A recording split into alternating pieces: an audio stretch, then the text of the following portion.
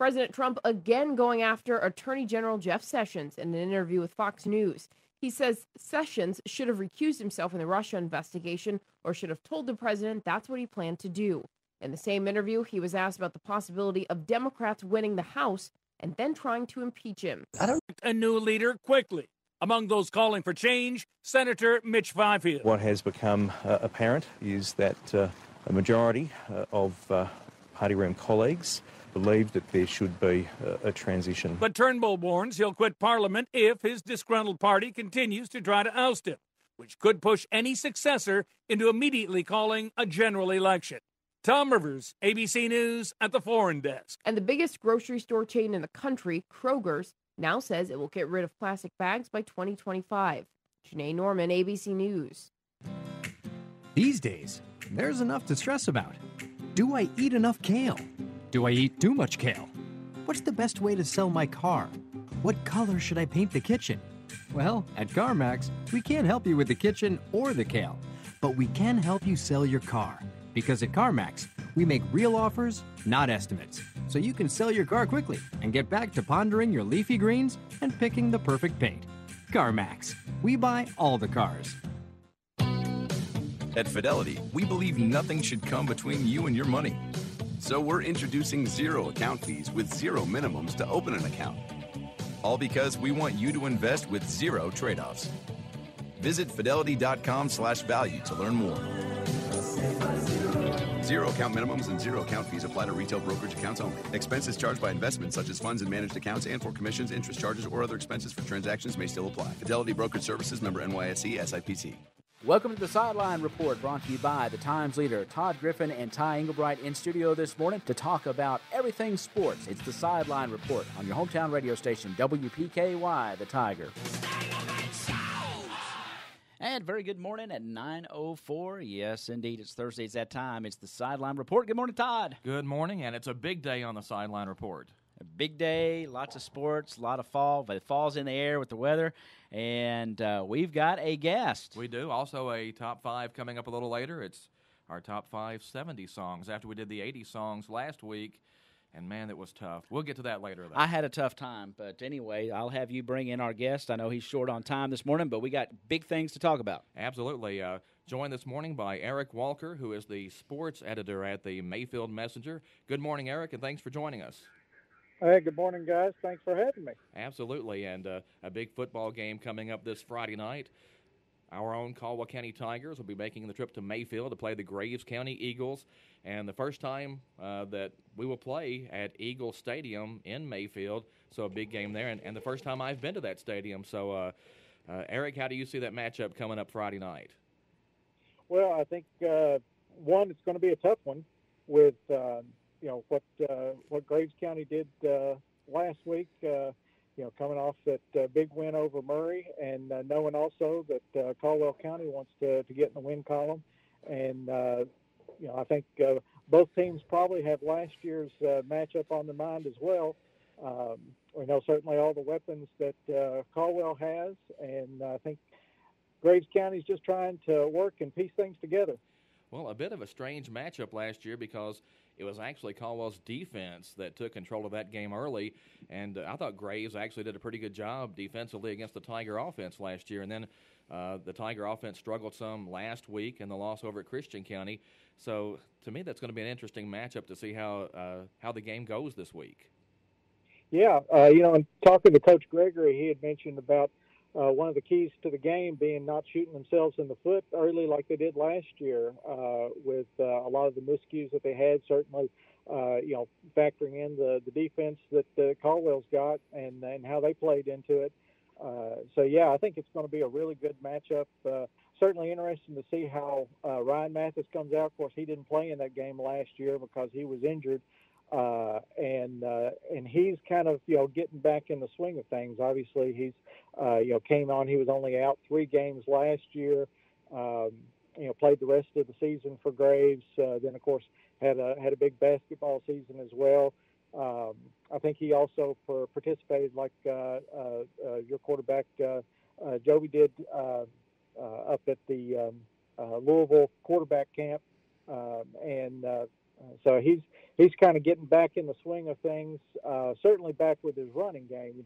Last year he was again with that hamstring injury. He was kind of hampered with as far as what he could do running wise. But he's showing a little bit more like he's back to his kind of sophomore self.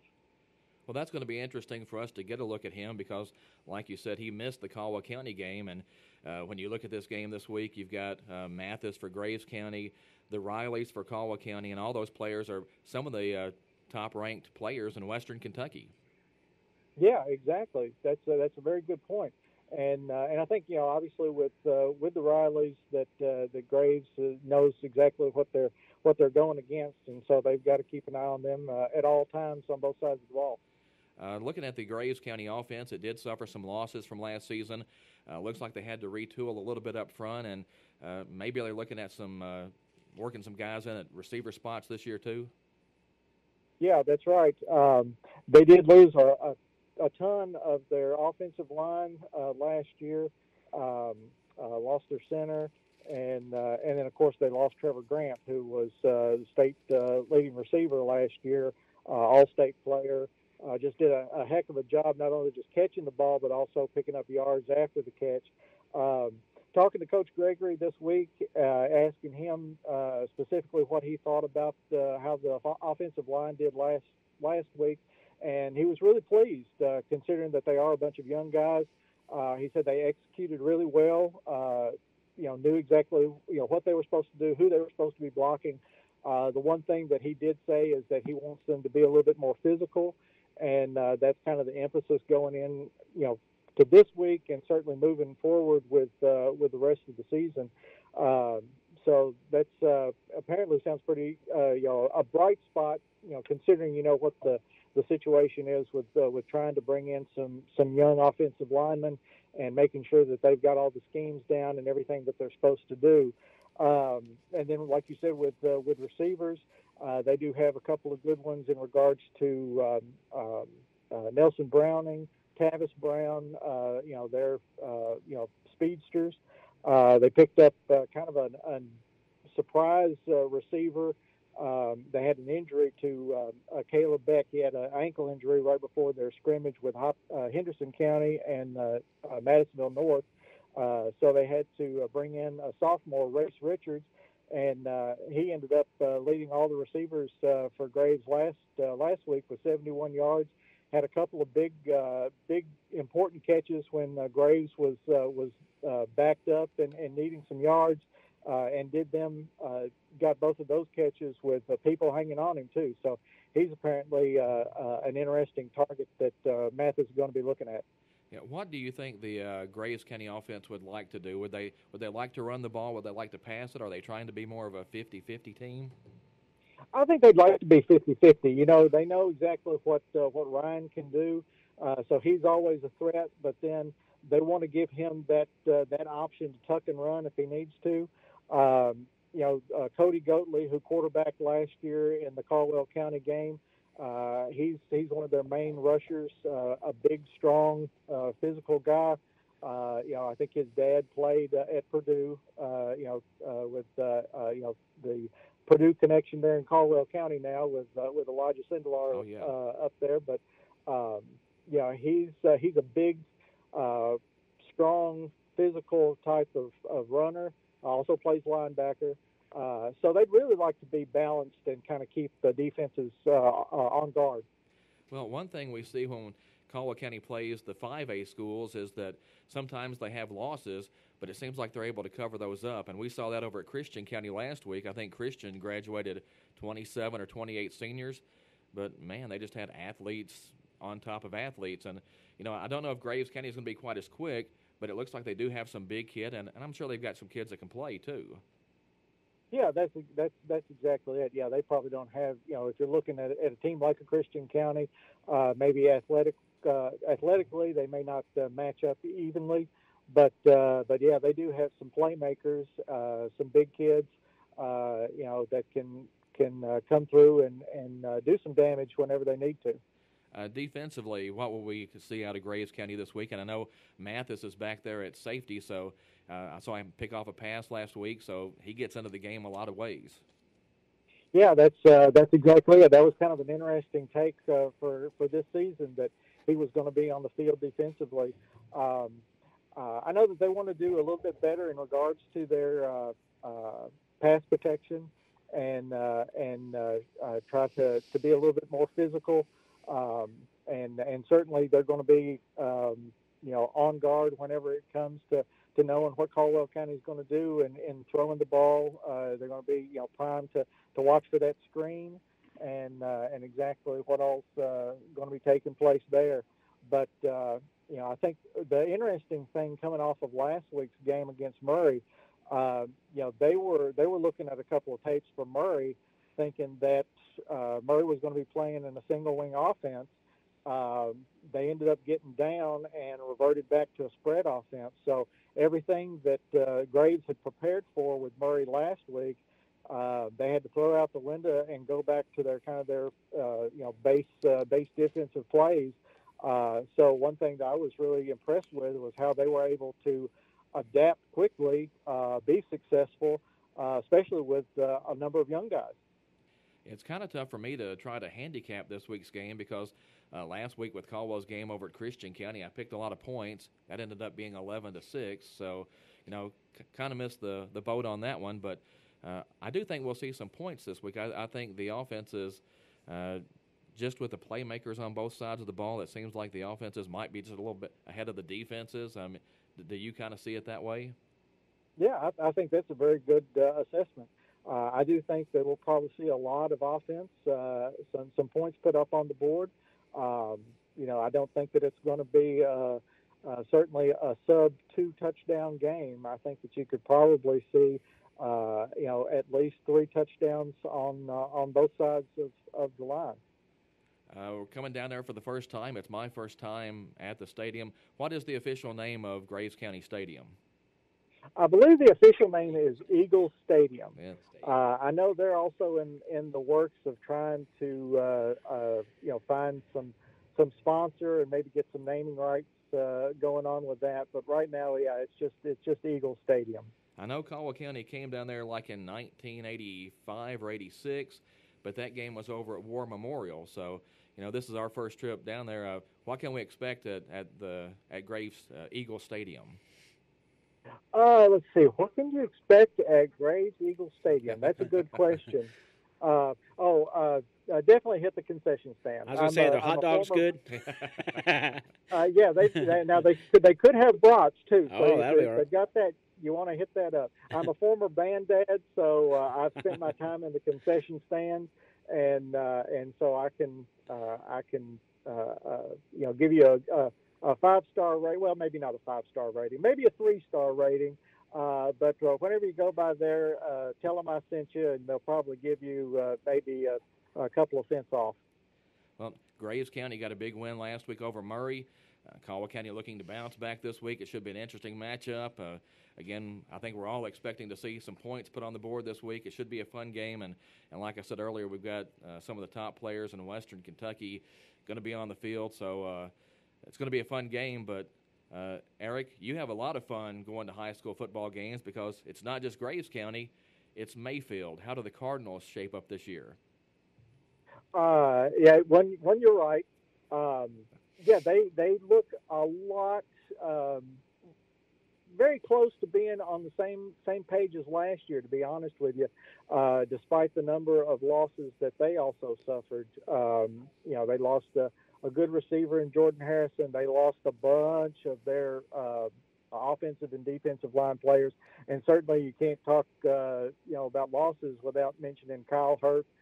He was the heart and soul of their defense, was a punishing runner, fullback position player, did a lot for them as far as really, getting the team fired up.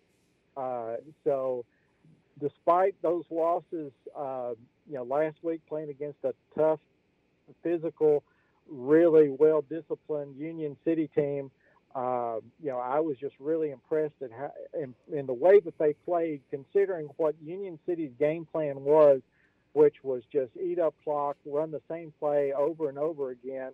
But, they got Mayfield down 20-12 at halftime, and then Mayfield outscored them. I think it was 31-7 the rest of the way. The way they did it, their quick strike offense, they're patient, still physical on defense. They're by the time that the season wraps up, and I know Caldwell's that last regular season game on the schedule with Mayfield, they should be a really, really stout football team. I think, Eric, you were talking about them coming back in that second half. They did that to us a couple years ago down there, and I call it cardinal dust. They do something to halftime down there, sprinkle some sort of cardinal dust, and then they just come out ablazing, I guess. Well, I don't know about cardinal dust, but I do think that there's probably a really fiery speech that Joe Morris gives. He may, have a tape of Coach Leahy, if you remember him, and he can kind of, get the players wound up that way. But they're just it's Mayfield football, and they're going to be in it until the end, and. I think that's going to be another case this year. I'm really looking for some big things this year. And again, it's a little bit surprising considering how much that they lost. Well, I was surprised last year, and I guess the thing that caught a lot of us off guard is the quickness that Mayfield had. Because in the past, you always knew they were going to be good up front on both sides of the football. You knew they'd be stout defensively, that they'd be solid on offense. But last year they had so much speed that it was just tough for a lot of teams to keep up with them. Yeah, and that was the first year where they didn't have Trajan Bright. And if you look at the way that Trajan played, I mean, he was just lightning quick. Last year they had Trayvon Halliburton was going to be their Bright replacement, or the kid that was going to come in and take over. He suffered from some injuries, and so he was hampered during the season. But I tell you what, Kentrey Matthews, this kid, he is an athlete. He is powerful. That's the best word to kind of summarize him is powerful.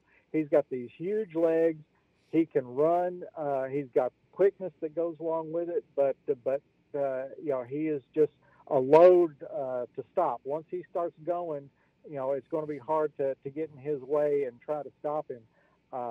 And he's been one of those. Whenever I first came back to the Messenger, I remember talking to Joe, and this would have been going into Trey's sophomore year, and Joe was talking about he was just too good of an athlete to keep on the sideline, so they had to find a spot for him someplace on the field, and they were able to find him a spot at receiver, and so he worked in there, and then of course after Trayvon got injured, they had to put him in and doing some running back, and he's just wherever you put him, he's going to make plays. And I think with all of that and all his career coming into his senior year, this could be a breakout year for Trey Matthews.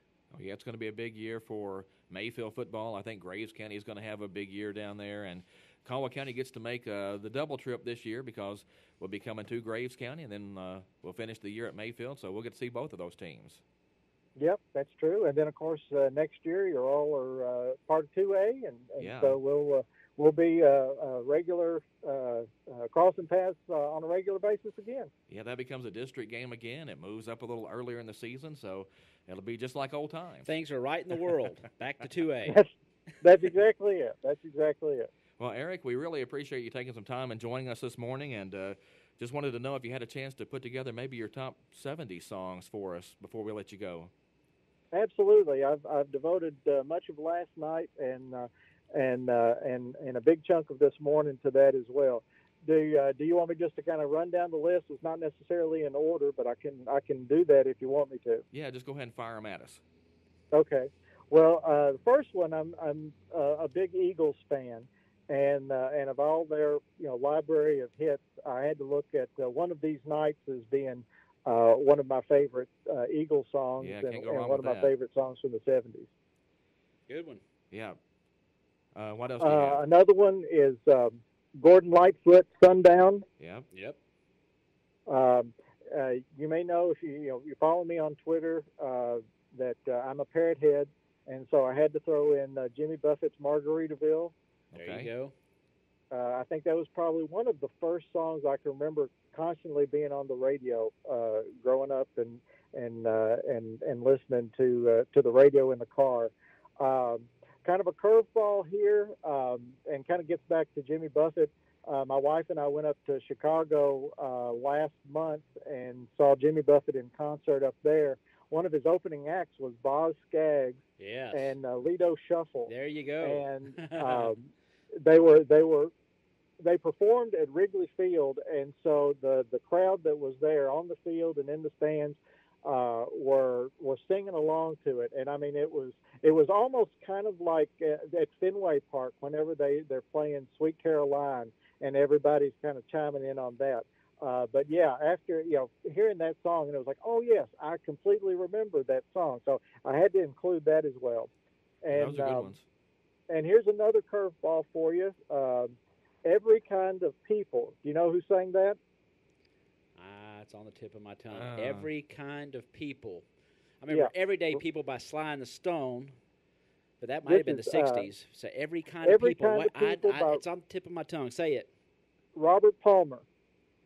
Yes, I remember that song. I sort of remember that song. I don't know if I And it's kind of got it. Once you listen to it, it kind of sounds like that Close Encounters of the Third Kind music playing in the background. Every time I listen to that, I kind of think about, is that the same tune as the Close Encounters of the Third Kind? You know, that dun, dun, dun, dun, dun. Oh, you got it. So if you listen to that, it'll be in your brain. It'll be an earworm. Those are good ones. That's a great list. Yeah. The only suspense. All right, thank you very much. Like I said, I put a lot of heart and soul into this. Oh yeah, that's a good list. The only suspense left in the day is whether or not Ty has Debbie Boone on his list. No, let me tell you, I got so sick of You Light Up My Life. Back when I was a kid, my mom bought that record, and we just played it, and it was a record. It was number one. It was number one for 10 weeks. Oh my gosh! I could. I mean, I think I'm not exaggerating. I think my brother and I actually broke it. And went, we don't know what happened. I don't blame you a bit. Hey, Eric, thanks for joining us this morning. We appreciate the information, and we'll see you down there Friday night. All right, sounds good. Thanks for having me on. Bye-bye. That's Eric Walker, the sports editor of the Mayfield Messenger, with some good information this morning. We got Graves County coming up Friday night for Tiger football, and, of course, we'll be going to Mayfield a little bit later on in the season, so good to get a little scouting report on those two teams. It definitely was, and right there in the area. So he covers both those teams, and they do a great job down there at their Messenger doing that. And, man, it's going to be a fun night Friday night down there at Graves County. And it's kind of cool. I know we were talking, didn't know it was the first time for us being down there. And we were talking about that, and it is. We did play Graves County, I think, in '86. But that was at Memorial. Right. So this is the first time we've actually been to Graves big stadium. Yeah, the Eagle Stadium. And it's really easy to get to. I mean, it's right there off the Parkway or I-69 or whatever we're calling it now. Whatever it is, yeah. I mean, it's literally... Yeah, you can see it right there. You see the gym that says the Eagle's Nest on it. It's right there. Yeah, so be a fun night, and it'll be, I think, the teams just on paper fairly evenly matched. I mean, there's... Yeah, I think so. Yeah, I think it's a touchdown game either way. I think we'll see a better performance from the Tiger offense this week. Right. A little disappointing last week over at Christian County. I think a lot of people look at the 6 points and go, what happened? Well, they just didn't execute in the red zone a couple of times. I really thought the opportunity was there to score four touchdowns. Times, yeah. If you get up early, maybe it's a different game. Maybe Christian County has to force some things. Right. Maybe it becomes more of a scoring game. And the Tigers might have put some points up, but the Tigers missed some scoring chances. Christian County really quick on defense. Very athletic. Yeah, absolutely. And I think you knew they were going to have athletes. I don't know if we expected that kind of speed. And when you run the spread offense like the Tigers do, sometimes speed can be really difficult to match up with. It's tough to get those guys blocked on the outside one-on-one. And that's where the big plays come in or don't come in. Yeah, when you get out there, and I mean, Joby spent a lot of time, trying to find somebody downfield, and they just weren't open. I thought the offensive line actually did a pretty good job. Oh, I did too. I think people are going to look at those safeties late in the game where Joby got sacked once or, got called for intentional grounding. But I thought by and large he had time to throw the football. maybe the run blocking could have been a little bit better, but I thought for the most part those guys did a pretty good job. The rhythm never came for the offense, and that's a big thing with that offense. And the defense, kudos to them. They kept us in the game. Absolutely. I thought they played well. They did. So, we execute on offense. We win that game easily. Yes. But, hey, it's another week. Football is about a season. And well, they say over the course of a season, you improve more from week 1 to week 2 than you do at any point of the season. Really? And, you never like to lose, but I would rather play somebody that first week that shows you what you need to work on and can, punch you in the mouth a little bit and kind of wake you up and say, hey, this is what we need to be doing, than to go out and play somebody that you beat 63-0 and get absolutely nothing out of. Exactly. But yeah, you always learn from failure, and it seems like that's the place where you do get most of your learning. And I'm sure when the coaches and the Tigers got together this week and broke down the Christian County game, they saw lots of things they can improve on, and probably have had a great week of practice, hopefully, and they'll be ready to roll Friday night down in Graves County. Well, what is it they say, that failure isn't fatal unless you let it be? That's right. Last year the Tigers lost to Christian County in that opener, came back and won the next 8 straight. Right. Went 10-3.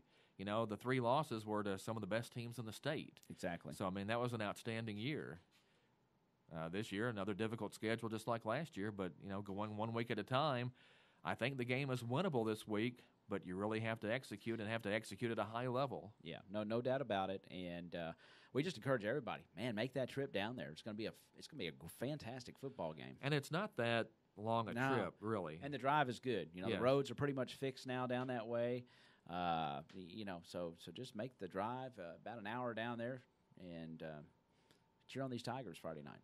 Well, we've had a taste of 70s music. Do we want to just go ahead and roll into our 70s? We want to take a break? Let's take a quick break. Okay. And we'll take a quick break. We'll come back and we'll roll through the 70s. We'll let the suspense build. Yeah, I'm going to break out my leisure suit before we come back. I'll be right back. We'll be right back on the Sideline Report. It's 9:29 on the Tiger.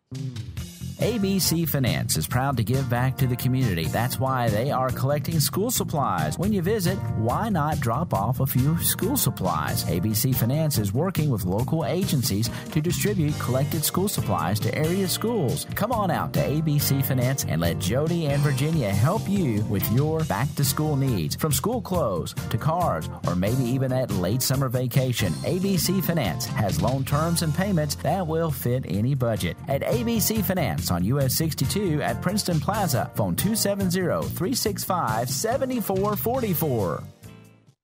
And we're back on the Sideline Report. Todd Griffin, Ty Englebright, and it's that time. We let Eric give us his list, and not necessarily in any certain order. We've some good songs, though. Great songs, great list. We sort of ordered ours, and I think it's actually your turn this week.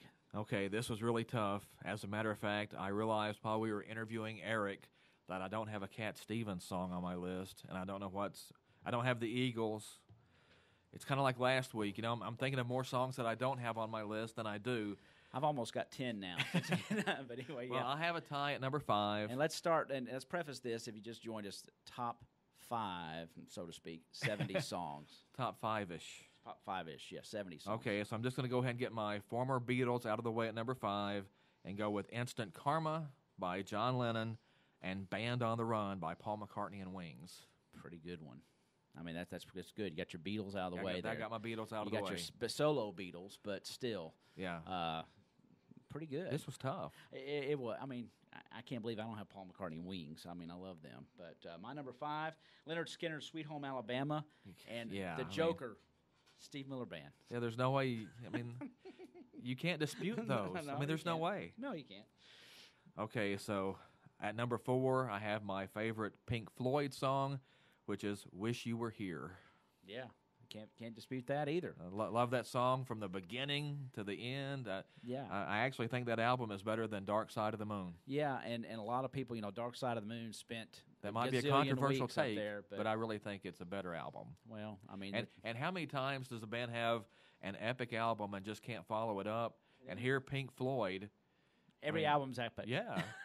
So yeah, I agree. Now there'll be. This one's going to probably get cheers and jeers, but I'm a Southern guy. Molly Hatchet, Flirting with Disaster. Oh, yeah. 1970. So I went kind of southern rock toward the No, there's bottom of nothing my wrong list. with that. No. Okay, my number 3, and this one may be a curve for a lot of people. It's the best song by a band a lot of people don't know and probably should. Rainbow, and the song is Stargazer, which is absolutely epic. Ronnie James Dio on vocals. Yeah, that's what I was thinking. Yeah, that's awesome. You know, he was actually out singing like doo-wop stuff or something before he was discovered. Yeah, before Richie Blackmore got him for Rainbow, and I think Rainbow was that his been, first metal group, Rainbow? Yes, yeah, pretty much. I mean, so.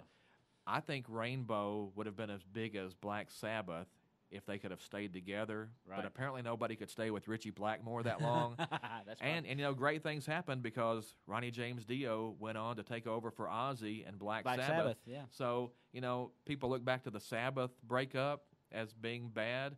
Well, okay, yes, it was, but we got Sabbath with Ronnie James Dio, and then we got Ozzy solo stuff. So it worked out well. Win-win. And yeah. when you look back on it, it worked out great. Yes. It is win-win. There's no doubt about it. I like that. Rainbow. And, Stargazer. Yeah, Stargazer. I It's check like that out. 10 minutes of epicness. Okay, I got to check that one out because I mean, I've heard of it. I'm just not familiar with it. I'm not much of a metalhead. I got to tie at number 3. Wow. Boston More Than a Feeling. Jay Ferguson's Thunder Island. Yes, I know both of those. I almost had More Than a Feeling on mine. It was one of the 50 songs that didn't make the list. Barely. I know. Well, like I said, I've got almost 10 here, so that's the way I'm going to do it. And, of course, number 2, anybody that's listened to this show at all is not surprised by this pick. It's Jerry Rafferty and Baker Street.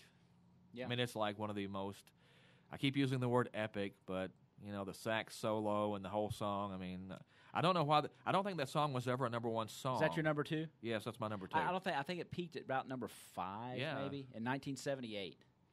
Yeah, but I don't know why. I mean, actually, that wasn't even his biggest hit that year. No, Right Down the Line was, I think. No, it was the other one. I can't remember the name of it now.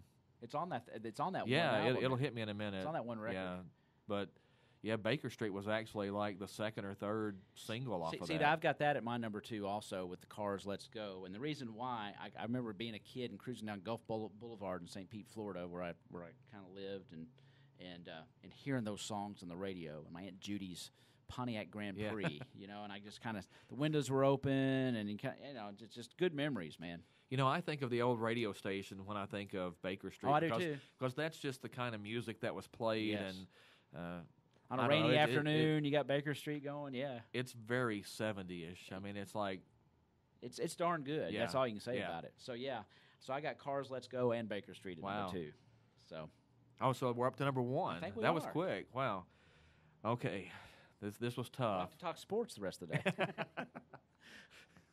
This was really tough, but I finally settled on Aerosmith's Dream On. Wow. If you ever have a chance to see Aerosmith in concert, go watch it, even if you don't like Aerosmith, just because at the end they're going to do Dream On, and it's that great. Yeah, I mean, I can't argue with that. And that's a song that I think Steven Tyler wrote that song when he was 16 or 17. It's on their first album. Yeah. I mean, it just defies everything because it's so great. I've left so many things off this list. So many things. So I've got a tie again at number 1. But I think this album... I think you've been adding songs. I have been. But this track that comes off this album, I think this album defined the 70s. It's probably the best of the 70s. And that's Fleetwood Mac. And I've got Dreams down as number 1. And that's a good one. And that's so. But that's the Rumors album. I was going to say, I think that was on Rumors. Yeah. And so I've got that. And then I want to put Springsteen's album on there from 1975, and that's Born to Run. Yeah. So that's it. So and that my favorite song off that is called Jungle Land's the last track. Yeah. Those were all good. Yeah. So we could do another show next week. All 10, yeah. So other 70s songs that no we really Van like. Halen, no, there wasn't any Kansas. I mean, you could just go on. No Bad Company, no Bee Gees. No Bee Gees. No, I mean, there's so many we missed. I mean, you just can't do it. But well, and the 70s was an awesome decade no for bread. music. How do we not have an Elton John song on there? Exactly. Madman Across the Water was going to be my Elton John song if I could have fit one on there. Mine'd be Tiny Dancer. Yeah. I think. Or maybe Empty Garden. Yes, but that's actually borderline 80. I think that was 81. That was right after John Lennon got shot. Yeah, because that was an ode to John Lennon. Yeah, so that was 81. But you go back and look at the 70 songs, and you have like War Pigs by Black Sabbath that I wanted to get on my list somewhere and just couldn't. Yeah. Songs like What's Going On by Marvin Gaye. That was 40-something years ago, and we need those songs more today than we did then. Sure. I mean, it's just. Especially those social conscious. Especially those early 70s songs as you came out of the 60s into the early 70s, So there was a social conscience to the music at times. We were in kindergarten, but that's okay. Let's see. Yeah, that was a long time ago. But anyway, that was fun, and thanks to Eric for throwing his 2 cents in. And I can't believe I don't have a Cat Stevens song on there. You're right. We should have done like a top 20. Yeah. we definitely should have. Good list, though. I enjoy it. Yeah, that was fun. It certainly was. At 9:37, more sports to talk about. Lots of things going on. We've had softball signees. We've had middle school sports. We got soccer in full swing. Emma Talley should be on the course right now up in Canada. That's exactly right. That's right. I saw the great the Great White North, and then what they did. I think that was Bob and Doug. The McKenzie brothers. Yeah, the McKenzie Bob. And I think Emma might have some back bacon tonight. That's one of my favorite Christmas songs. Oh, yeah. If we ever do favorite Christmas songs, have we ever done favorite Christmas songs? I think we've done favorite Christmas songs. Then the McKenzie brothers' 12 Days of Christmas will have to be on there. No doubt about it. The last one especially, and a beer. Let's see here. Let's see where Emma is. What time did you say? 8:55 our time, I think, was her tee off. So let's see how she's from Saskatchewan. Saskatchewan, and this, of course, is the CP Women's Open. Yes. Is that correct? And you know how I like the time zone thing? Well, here's an interesting observation, not observation, but fact. Saskatchewan actually is on Central Standard Time. They stay on Central Standard Time, which is difficult to say, all year. Yeah. So for part of the year, we're on the same time with them. But right now, we're actually an hour ahead because we sprang forward. That's right. So 7:55 tee time there is an 8:55 tee time here. And it's weird because if you look at a map, they actually fall in the geographic area of the Mountain Time Zone. Oh, really? But almost all of Saskatchewan, except for one little part, stays on Central Time. Central Time. That's cool. Well, Emma has birdied her first hole, it looks Excellent. like. And is, as they're underway, the leader, though, through 6 is at -4, scorching the course. Emma just off the first hole, and but she needs to, I guess, stay birdie for birdie with her, and she's off to a good start with the birdie. Golf Channel coverage began about 9:30, so Emma's in that live TV window today, so hopefully she's one of the 4 golfers they show on their coverage. And coming off a good finish last week. I've never understood how you can have 70 people on the course and you watch TV and there's they follow 4 people. Yeah, it's like there's more people. Yeah, I don't know. It's sure not Jim Nance and Ben Wright and some of those. I love CBS golf coverage is awesome. I mean, and Emma's playing partners are Moria Chatanagarn and Danielle Kang, and I'm pretty sure that Emma knows those girls. I think they came up on the AJGA tour together, and I feel like she's played all of those people, and those. I'm sure she's very familiar with just about everybody she plays with, but especially those. And she's comfortable out there with anybody. Oh yeah, that's their personality. Hey, yeah, we're gonna have a good time. Let's play some golf. And so hopefully she's relaxed. Looks like she's off to a great start. And we all know that when you relax, when you play golf and not have a lot going on, don't think too much. Yeah, you're that's the way to go. You're in pretty good shape. So up there in Canada, you have to watch out for the hosers. I think it's definitely the hosers and the hockey players. Yeah, hosers and hockey players. And then you have back bacon and beer, and you're ready to roll. So she teed off about 8:55 today. Tomorrow's tee time is at 2:10 our time in the afternoon. They'll golf at number 10 tomorrow. So she'll be a little after the Golf Channel live TV window tomorrow. But, hopefully another chance to make a cut, make some more money, keep moving up that money list. Right now she's 40th. Yeah, that's pretty good for your rookie season. Yeah, I mean that's fantastic. So everybody I know in this neck of the woods and Alabama are very proud of Emma Talley. Oh, absolutely. So good stuff. And up to number 92 in the Rolex World Golf Rankings. First time she's been in the top 100 after last week's performance. Well, that's fantastic. So good luck to her as she continues her round one and hopefully later rounds. Jake Lewis in Pittsburgh this weekend at the Championships of Pittsburgh on his M4 X-Star Suzuki. Yeah. So we wish him luck up there. Been on a few podiums this year. I think his last race was out in California, and he had a 5th and a 6th. That's exactly right. Yeah, I think he's had a 3rd this year, but they're fine-tuning that Suzuki, and good luck for him the rest of his season, and, of course, this weekend in Pittsburgh. Speaking of California, a big sweep for the St. Louis Cardinals out in Los Angeles. Man. So that's why I'm dragging a little bit this Schilt morning. has them going. That's why I was, a couple of minutes late, because I was up until 12:30 watching, the old West Coast games. Man, they put it on the Dodgers out there, and the Cardinals are playing like a bunch of young schoolboys that. Yeah, who would have thought? I mean, unbelievable. And you kind of feel for Mike Matheny because obviously that change was needed. Yes. And great guy he was, but obviously there was something within the clubhouse that just wasn't clicking. Well, they made a couple of changes to the roster as well. Yeah. But, I mean, but Matheny, I think that's culture and clubhouse when you get to winning and going on the streak that they're on. Again, Matheny was a great guy, and, a lot of Cardinal fans loved him as a player.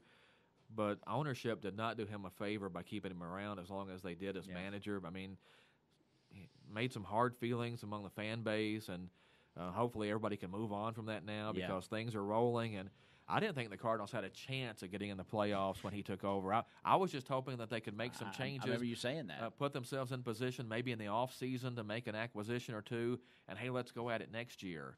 So the fact that they're sitting here right now as the number 1 wild card spot, I mean, if the playoffs started today, they're in. Yeah. I mean, that's amazing. What are they, game back behind the Phillies, something like that? No, they're actually ahead of them. They're ahead of the Phillies now. The Cardinals have a half-game lead. They're a half-game lead for the number 1 wild card spot, and are just 2.5 games back of the Cubs in the Central Division with about 36 games left, I think, in the season. They're right there, man.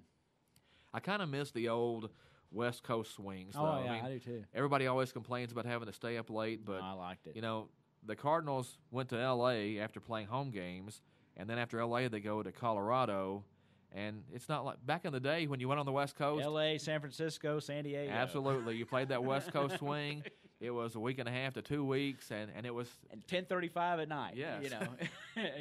Especially my Braves background, 10:35 on the Superstation. It's kind of like the schedule in Major League Baseball used to make sense, and now because of, they've added teams, and then you have the interleague games, and it's not balanced, and it just, sometimes you look at the schedule and like, who made this? Yeah. But I know. And then you have that Sunday night game, which, I'm never going to complain about more baseball, but it seemed like one year the Cardinals ended up in that Sunday night game like every week. There's nothing wrong with that. Well, there's a reason that people play early on Sunday afternoon. It's because the series ends, and then you have to get out of town and get to the next series. Yeah. Well, if you're playing that 7 p.m. Sunday night game and you don't get out of town till midnight, then you got that red eye. Yeah, and then you have to be who knows where the next day. Yeah. That's a competitive disadvantage you're putting teams in by making them have to play that game. It is, but man, I tell you, I think every time you hear some sports news about the Cardinals, here lately it's good, man. It's like incredible stuff. And they're the hottest team in the National League right now. Yeah, they are. Well, if not for Boston, maybe the whole majors, but yeah, it's fun if you're a Cardinal fan right now, and like I've said on Twitter a couple of times. You haven't moved your Mike Matheny yet either, have you? My Chris Carpenter. Yeah, is that what it is? Yeah, Matt Carpenter. Yeah, Matt Carpenter. I don't know why I said Mike Matheny. Yeah, you're Matt Carpenter. Matt Carpenter. No, I don't let anybody touch that picture. Yeah, I mean, ever since I straightened that thing up, he's been on a tear. Yeah, but I mean, the whole team has. Yeah, but it's amazing what you can do when you get the right people in charge, and I think Mike Schilt listens to his assistant coaches. When you have a Jose Oquendo who can be a manager in his own right, why would you not? I mean, they made some changes on the staff. I love seeing Willie McGee in the dugout. Oh, yeah. Like I said, they tweaked the roster just a little bit. when you're willing to let a guy go that you picked up this year and you owe him $14 million, that's having the guts to make the changes that need to be made. And that's guts, okay. I wish they'd have pulled the trigger on some of those things a little sooner, but I'm glad they made the changes when they did. Yeah. Well, for you Cardinal fans out there, just sit back and enjoy it, and hopefully, get ready for some postseason baseball. Well, and I missed a chance with Eric earlier on the show because he's a Cubs fan. Okay. So, yeah. Now, could have had some fun there. No, but the Cubbies are still leading the division. I still think they'll win the division.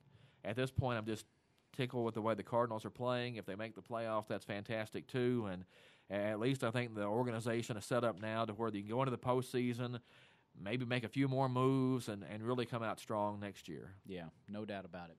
Let's take one more. We've got a couple more breaks, but we'll take one more break. We got about 10 minutes away from the top of the hour. We'll come back. We'll talk about some more local sports that are going on. The big. We got soccer tonight. We got girls soccer at home against Trigg County. We'll talk a little bit about that.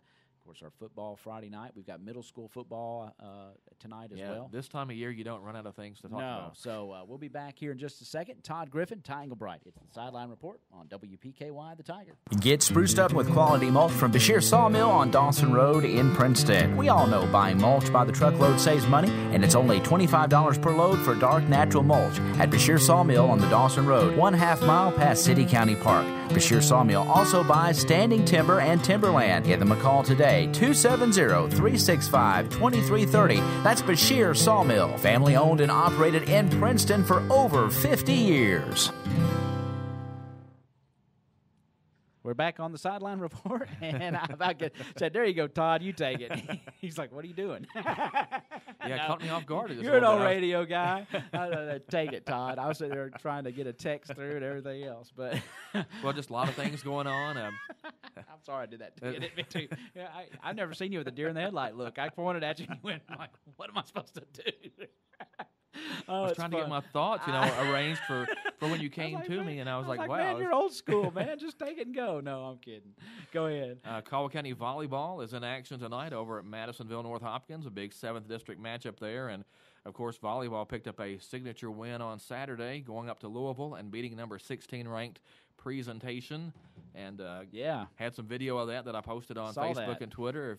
If you want to see a little bit of that, I think missed a little bit of the third set, but you get a real good feel for how well the Lady Tigers played. They're playing really well. They dropped a match up there to Holy Cross, another really good team. Great team.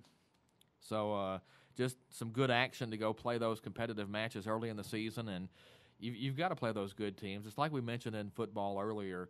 I'd much rather go play a Christian County or somebody that's good than to find the worst team you can play and roll up a big win and learn absolutely nothing about your team. And those games are big. I think they're going to Owensboro this Saturday. We'll see some good teams up there as well. So sometimes those games aren't great for your record, but those things really come in handy later in the year when you've played teams that are really fundamentally sound, really good, historically good teams. When you get in a big match later in the year, that pays off because, you're not sitting there like a deer in the headlights like me earlier. You're actually prepared to play those teams. Yeah, that's right. And, it seems like all our Caldwell teams are getting tough competition right up front. Oh, yeah. And to just make them better as the regular season goes on, and, of course, as hopefully they eye on postseason play in whatever sport that it is. Because soccer, volleyball, football, they've all played these tough teams right at the beginning of the year, right off the bat. But I think it's a good measuring stick. Sees where you are, Well, you look at the girls' soccer team, and they're 1-4, but, man, they played a killer schedule. And really compounding the problem is the turnover they had with the head coaches. And, of course, Rhett Miller didn't get the job until just a couple of weeks before the season started. Right. So they didn't really have a chance to, I think, come together as a team before they hit that tough stretch. And, boom, here it was to start the season. And, it's a bit of a struggle, but I tell you, it's not without lack of effort though. Those girls are hustling out there on that field. They're playing hard. Even I've seen them down several times. Late in the game, they are hustling after those balls. And Coach Miller has done a fantastic job, and the girls are working really hard. So I think you'll see them into some form here. And of course, they're at home tonight versus Trigg County. Yeah. And we're going to have that game for you here on the Tiger tonight as well. So, and it's not how you start the season; it's how you end the season. That's the important thing. That's right. And each game, I think they're improving, getting better and better. They're learning each other. Coach Miller, I'm sure has a plan and knows where to put certain girls in certain positions. And I just think we're going to see good things out of these Lady Tigers. It's not for the lack of effort, I can tell you that. And speaking of girls soccer, Franklin Simpson has won a couple of games this year, which they've really struggled the last few years, and got a big goal from Emily Griffin the other night and a big win over Todd County Central. And what year is Emily Griffin? A junior. She's a junior with the Lady Cats. That would be your niece. My youngest niece, and she has 3 goals in 6 games, and they've got a couple of wins, and they're fired up about that because, like I said, they've kind of struggled. A couple of years ago, they didn't win a game. And if you've ever been in that situation in sports, whatever level, that's horrible to go through a season at any level without a win. So, I mean, you really appreciate it when you can build to the point, start to get some wins, and maybe look forward to some more wins in the future. Yeah, that's exactly right. And, well, congratulations. That's good stuff. Yeah. When you get out there and, hey, the name of the game is to score. Yeah. So if you can do it, that's fantastic. Some middle school football going on at home tonight. James Madison, I believe, is the opponent, and 8th grade playing first tonight at 5:30, so a chance to go out to Tiger Stadium, watch some football. Be a beautiful night for football, too. When you get done there, go to Butler Stadium and watch some soccer. So, there's a busy evening if you're a sports fan here locally. And, again, volleyball is going over to Madisonville tonight, so lots of opportunities if you want to watch some high school sports. No doubt about it. And we always encourage all the fans of the Tigers, if you might not be familiar with the sport, just to go out and give it a try. If you got nothing to do, you have supper early, head on out to one of these games and get hungry during the game. You grab something from the concession stand and just kick back and enjoy watching these student athletes. And as long as we're talking about middle school athletes, the Lady Tiger softball team won a pair of games over at Trigg County. That's right. Tuesday night. They did. They came from behind, got a 7-6 win, and I think they called it the B game in the second one. Yeah. Shut them out 6-0. So congratulations to them. I think they're the 6th through 8th grade softball team. And, of course, Emma Staples as well, speaking of softball. Yeah, I saw that in the paper. Yeah, I did too. I'm just looking at it right here. I think on Monday. Yeah, headed to Frontier College. Yeah, we have a couple athletes up there. Ty Ramey is up there for sure. Yeah, Ty Ramey. That's right. That's he's pitching for the baseball team, and I'm not sure before he signed with Frontier College that I even knew Frontier College existed. Right, that's in Fairfield, Illinois. Yeah, Fairfield, Illinois. Not too far away. Just I think you can get there. Actually, you could probably go through Cave In Rock and head up that way, or you can always take the interstate around and get to it. But there's a golf course up in that area right around there somewhere that has an island green that I want to go play. Oh, man, I'm going with you on that one. I've always wanted to be down number 16 at TPC, and hit that one. I actually was watching, I think it was Channel 25 out of Evansville one night, and, one afternoon there was I can't remember what was on, ball game, something, golf or something. And afterward, there was they have a show where they go to some of the area golf courses and highlight them and play around. And I can't remember the name of the course, but it was up around Fairfield, Illinois. And the big thing was they had an island green and a par 3. And, I mean, it was really nice. And looked like a nice little course. And I'm like, one of these days I want to go to that course. I believe I could stand out there for a couple hours and just keep hitting, kind of like the driving range, because I know maybe if I'm lucky, I might get 1 or 2 on. Yeah, but I'll take my noodles and see what happens. It's fun, and you don't see a lot of island greens. No, so you don't. No, I mean I like any kind of golf hole with water. So anytime I think of Frontier College now, I think of that golf course up in that area that has the island green. I'm going to throw you off now. Do we have any high school golfers? One is for Campbell? Sure. Yes. Okay, Campbell still. Yeah, it's hard to get because I know a lot of times was it last year she didn't have anybody to play at some of these schools. So, it'd be nice. So I don't know. Do you know of any results or anything that they've had? No, I haven't seen anything I haven't yet, seen anything. So if you're out there and you maybe Brandy hit the or text somebody, line. Yeah. So, but yeah, let us know about that because I thought we did have. I thought Campbell was still playing golf. Yeah. Good deal. One of the big things going on in high school sports right now is the issue with the high school sports officials. And it actually, I think, played a part in Friday night's Caldwell County game at Christian County. Explain. Okay. you have to stay with me on this, Okay. but typically high school football is officiated with 5 guys. Right. You know, that worked for a long time until everybody started the spread offenses, and then a lot of schools decided they needed more. So we went to 7, didn't they? So, well, in some cases, yes. Mm-hmm. And in the playoffs, they're going to go to 7 games. Last year, or 7 officials, they did that last year starting with the regional championship where Right. it was mandated they had 7 officials on the field. However, the schools don't want to have to pay 2 more officials. You know, as always, money's tight in a lot of areas. And, Sure.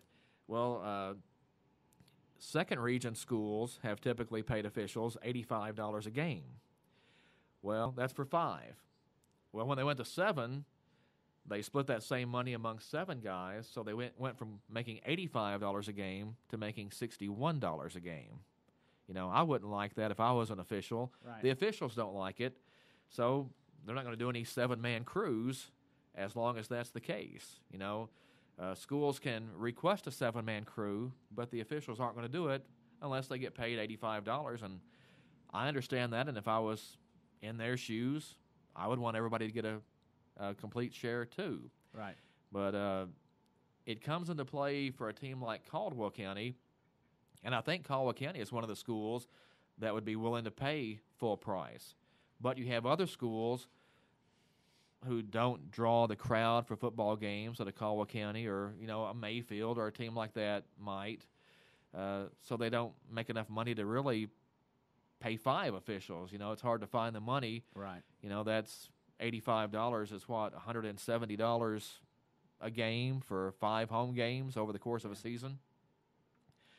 But if you're a Caldwell County and you run a spread offense and you've got 4 or 5 receivers out there, with a 5-man officiating crew, there's simply not enough eyes on the field to watch all those receivers.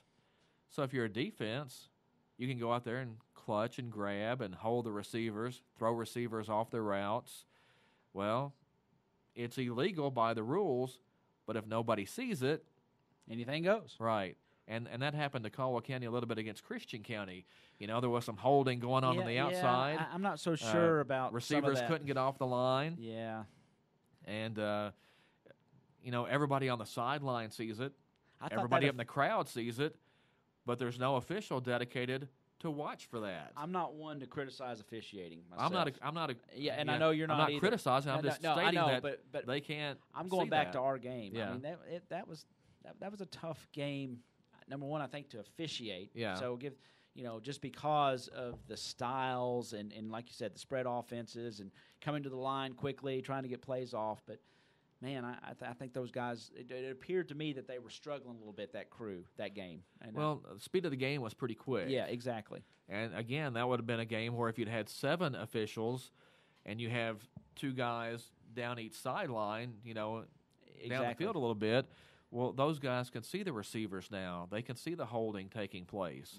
You know, Because I felt like there were a lot of holding going on that didn't get called. they're in a lot better position to watch for pass interference. Yeah. You know, a lot of times you see a pass down the sideline, and the nearest official is 30 yards away. Not because they're not doing their job, because it's a great big field and there's 5 of them. Yeah. So I just think the game is administered a lot better when there are 7 officials. I mean, obviously there's a reason. I mean, but it's mandated for the playoffs, yes. like it was last year.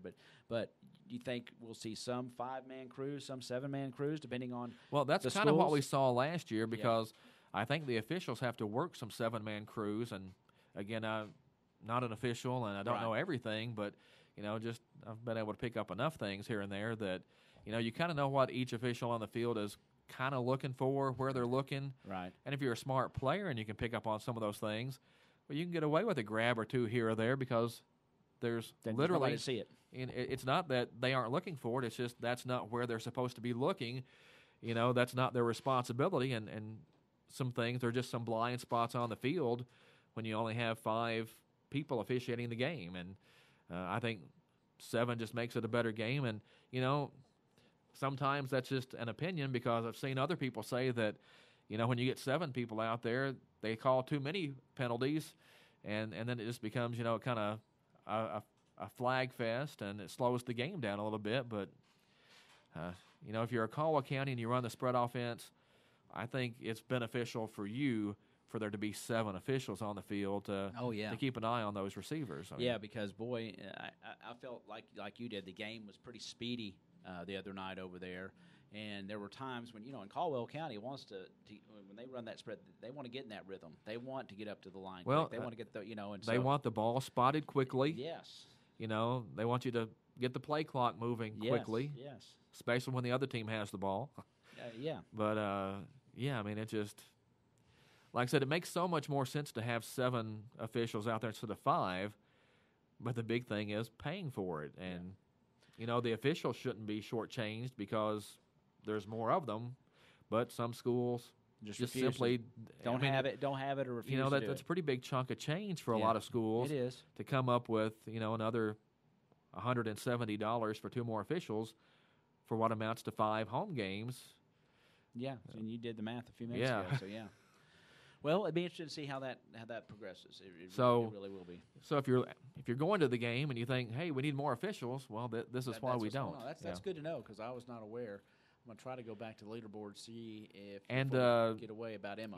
The policy boards are made up just a little differently. The WKC assigns officials for WKC schools, but the policy boards are made up along more of the lines of basketball, so first region and second region don't necessarily line up. So there's some things they've got to get together on. I'm not sure what kind of consensus they need to come up with, but again, I think if you're Caldwell County, just one more time, you're a whole lot better off if you have 7 stripes out there than if you have 5. I certainly agree with that. So, awesome, man. What have we left out today? I mean, we had our top 10.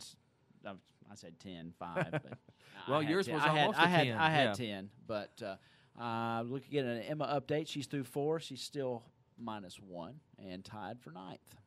Yes, she played well last week. Was under par every round. Finished 21st. Some of those ladies, though, just shot incredible rounds. There was a playoff with 2 players at 23 under. I think 21 or 23. Yeah, that's unbelievable. And that Brickyard course was amazing to me because there were actually 4 holes inside the racetrack. Yeah. You go across the racetrack and play 4 holes. And that's an Indy, yeah. Yeah, I think it's like, is it 8, 9, 10, 11, or 9, 10, 11, 12? There's like 4 holes literally that's inside the racetrack. Yeah, that's pretty cool. That's pretty neat. So, but yeah, so we'll continue to monitor her progress as hopefully she continues on through the weekend. Up in Saskatchewan. Yep. So just to recap again, a lot of stuff going on tonight. Middle school football's at home. That starts at 5:30. The 8th grade game is first against James Madison. Girls soccer is at home tonight. Varsity at 7 o'clock. JV at 5:30 against Trigg County. Yep, we'll have it on the air and streaming. Volleyball is going to Madisonville for a district matchup tonight. The Lady Tigers right there in the thick of things in the second region. Again, I think Henderson County is still the favorite.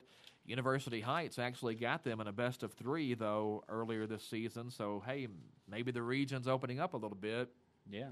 Right now it looks like Henderson, Caldwell, and UHA, the top 3 teams in the region in volleyball. And then the big football game. Friday night, we're going to Graves County. And I don't get to say this very often, but it will be my first time at Graves County's football stadium. Yeah, I mean, that's pretty cool. And yeah. Looking forward to that, and I'm sure we encourage everybody to make the trip down there and check out a great football. It's going to be a good football game. I got a really good feeling. I think it's going to be exciting. You know, I thought we were going to see a bit of an offensive shootout last week, and it just didn't materialize. But I think part of that just the Tiger offense made a few mistakes. The Christian County defense was really quick and really physical and didn't give the Tigers a whole lot of opportunities. I think this week we'll see a lot more good things out of the offenses, and anxious to see this Mathis kid, Ryan Mathis, the quarterback from Graves County. He also starts at safety. You wonder if the Tigers will, maybe try to wear them down a little bit with a couple of kids, important kids, going both ways for Graves County. Yeah, that's exactly right. So be good, and I can't wait. So I think the weather's going to be great. Oh, yeah, be good night for football. actually needed just a light jacket the other night at the soccer game. So that's a little weird for, this time in August for it to be a little on the cool side, but, I'm not complaining. No, not at all. Looks like just a slight chance of a shower and that's mainly the overnight hours Friday night, 69 for the low. So it's around 68, 69. It'd be nice. Yeah. So great football weather, so come on down. Check out a good game. If you can't make it, we'll have it for you here on the Tiger. A great time of year to be a sports fan, so get out to the stadium and watch some games. That's right. And thank you for joining us on the Sideline Report. Comes to you every Thursday at 9:03 here in your hometown radio station, WPKY The Tiger. Thanking our sponsors, Bashir Sawmill, also ABC Finance, and U-Ride of Princeton. Thank you, man. And we thank Eric Walker from the Mayfield Messenger for joining us this morning and talking some football with him. That was fun, and throwing his, top 5 70 songs at us. That's exactly right. And we got to give a plug for Gator and DT on Tri-Hughes Tiger Sports Talk in the morning. That's at 8 o'clock. And then, of course, we'll have the football game Friday night here on WPKY. Dennis Stevens and Bob Hayes with the call. And then Bob will be back in Saturday morning for the Saturday morning quarterback at 9 o'clock. All right, good deal. Join us for all that. And we certainly appreciate you for joining us today. You're on the Sideline Report. For Todd Griffin, I'm Ty Engelbright. We'll see you next week on WPKY The Tiger. It's the Sideline Report from the Times Leader on WPKY. U-Ride in Princeton is proud to sponsor the Sideline Report each Thursday here in your hometown radio station, WPKY The Tiger. Go on out to U-Ride on Marion Road. Ask for Dave's Deal of the Week. It's usually